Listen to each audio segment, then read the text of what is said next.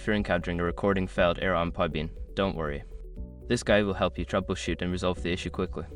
Step 1. Check your internet connection. Ensure that you have a stable internet connection. A weak or intermittent connection can cause recording failures.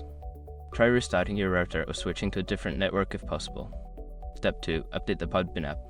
Make sure you are using the latest version of the Podbean app. Go to your device's app store, search for Podbean, and check for any available updates. Install them if necessary. Step 3. Clear app cache. Clearing the app cache can help resolve temporary issues. Go to your device's settings, find the Podbean app, and select the option to clear cache. Restart the app afterward. Step 4. Check permissions. Ensure that Podbean has the necessary permissions to access your microphone and storage. Go to your device settings, find Podbean, and check the permissions. Grant any that are missing. Step 5. Restart your device. Sometimes, a simple restart can fix various issues.